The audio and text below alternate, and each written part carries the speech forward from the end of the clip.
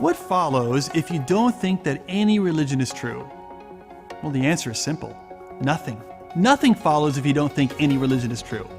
It definitely doesn't follow that no religion is true. In fact, nothing follows from any thought or belief that you have. And that's because reality doesn't change to accommodate your thoughts or your beliefs. You can think whatever you want.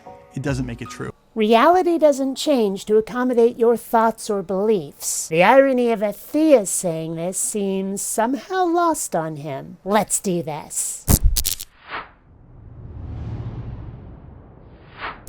Greetings, fellow space travelers. BionicDance here. What we have today are some startling revelations about non-belief that will shake atheists to their very bones. At least, will do if this guy's assessment is right anyway.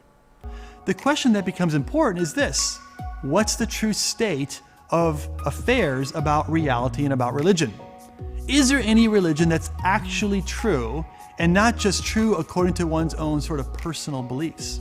Even if there is, nobody has been able to show that a religion is true. So it makes sense to act as if none are until that changes.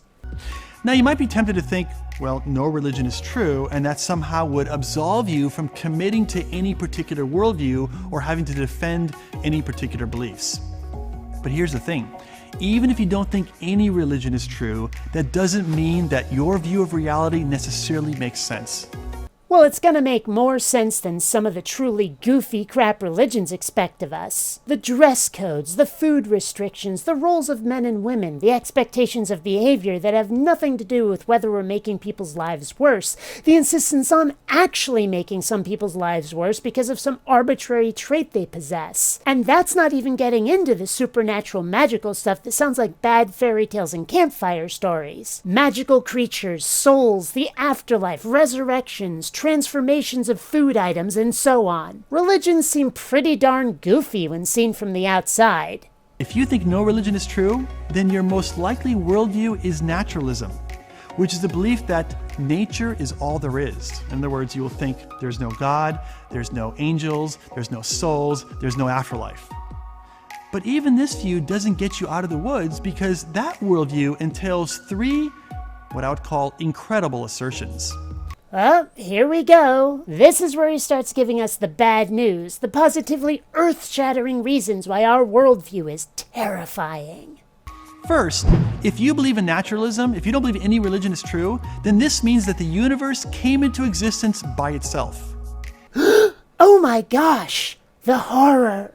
The horror! In other words, your view would say that all of space, time, and matter, all the billions of planets and stars, have just popped into existence from nothing and by nothing. Theists always say this. They always say, from nothing. They're also the only ones who say this. A very large number of secular thinkers tend toward the idea that the origin of the universe is a supercompressed bit of matter and energy, timeless due to the infinitesimal space it occupied, and that it didn't pop into existence, but rather expanded. If you're gonna criticize the other side of an argument, it helps to at least get their side right before you try. As to the issue of by nothing, meaning, I suppose, that it wasn't deliberately built by a thinking entity, well, so what? They've never been able to show why deliberate fabrication is required. All they've ever shown is their unwillingness to believe it's possible, backed solely by having seen humans build complicated things and thus assuming that anything complicated requires similar construction methods.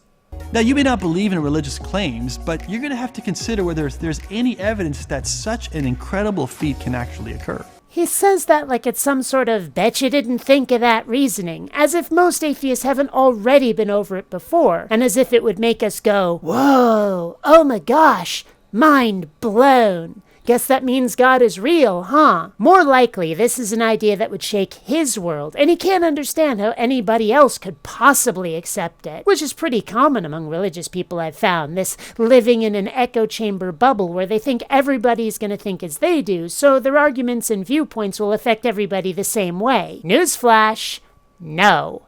Now, here's the second thing that your view entails if naturalism is your worldview. And that is, you would have to believe that you are just a physical object, yet you still have free will.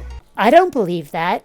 Or at least, I only believe half of that. I'm not convinced we have free will. I rather strongly suspect that free will is an illusion. Now, the reason that's an incredible claim is that, according to naturalism, you are entirely made up of matter, and therefore you have no soul. There's no immaterial part of you that can be free from the forces of physics and chemistry.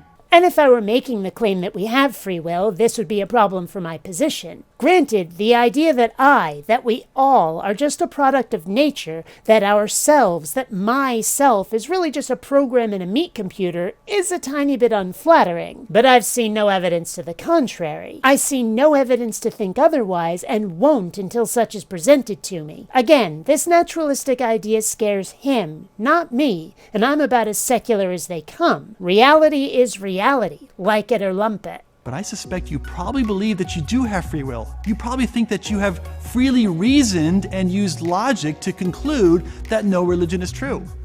But that would be a contradiction.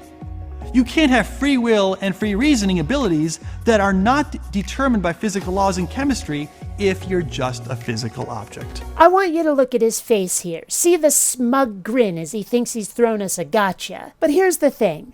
Who says logic or reasoning have to be free? A computer isn't reasoning freely. It does what it's programmed to do and nothing more. It's limited in that fashion. Similarly, our brains have developed over the millennia to be able to assess and react to the universe as a survival trait. That's our programming, driven solely by natural selection, no God required. And while it's difficult for a theist to conceive of the idea that matter alone could manage this, one has only to look at the cause and effect reactions in biology to see how it could develop. And so finally, the third thing that your worldview entails is that morals are completely relative, and therefore there's nothing that is ultimately wrong. You mean we might not get to have a moral instruction manual and we'll be forced to improvise? You can complain all you want that the madman that murdered your mother didn't do what you would have liked him to do. But you can't say that what he did was wrong, objectively wrong. Again, this is what terrifies him. Yeah, without some sort of ultimate authority, we have to make our own decisions about what is or isn't acceptable, and yeah, we're gonna make some mistakes. But I accept that this is the world we live in. He presents this as if, when the atheist considers this matter, it'll somehow convince us that a God must be real, I guess? Or at least that the idea will be so repugnant to us that we have to accept religion instead, I suppose. Honestly, what does he think an argument like this will accomplish? And even if a God exists, that doesn't mean morality is objective. Opinions are subjective, and right or wrong imposed by a deity will be their opinion, and thus, by definition, not objective. As any careful thinking atheist would admit, if there is no God, then an ultimate standard of right and wrong is just an illusion.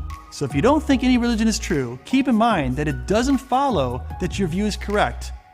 But it does follow that your worldview still makes incredible assertions that require a lot of explaining. And again with the smug, condescending grin, which honestly should be my right, not his, because the truth is I could have responded to this video with nothing more than, well, duh, and accomplished more or less the same thing. Granted, there was some necessary nuance, and no theist would have learned a damn thing about atheists if I'd done it, but he really did seem to genuinely think that what he was saying was news to an atheist, like we'd never thought of any of this before, like we don't have any reasoning to justify it. It's just another case of theists not understanding the atheist mindset, looking at it through the lens of their own worldview, and that's never going to work to form arguments to show their own side is true to people who don't already believe it. Until next time, fellow space travelers, this is BionicDance saying don't run on automatic, instead please think.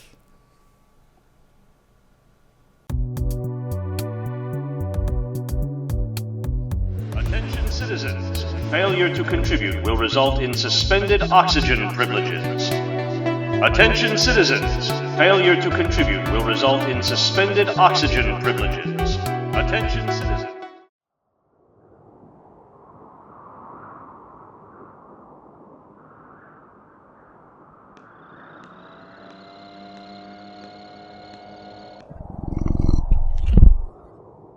Well, whoever that is, she's got to get by us. Go get her, Sandra!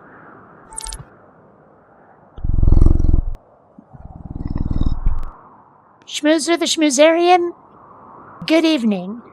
As a duly designated representative of the YouTube channel BionicDance, I order you to cease any and all trolling activity and return forthwith to your website of origin or to the nearest convenient internet site. That ought to do it. Thanks very much, Sandra. Do you believe in God?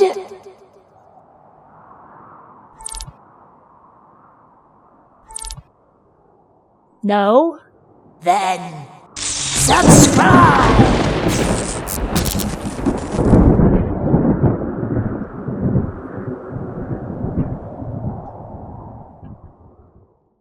Sandra, when someone asks you if you believe in God, you say, wait, actually you got that right.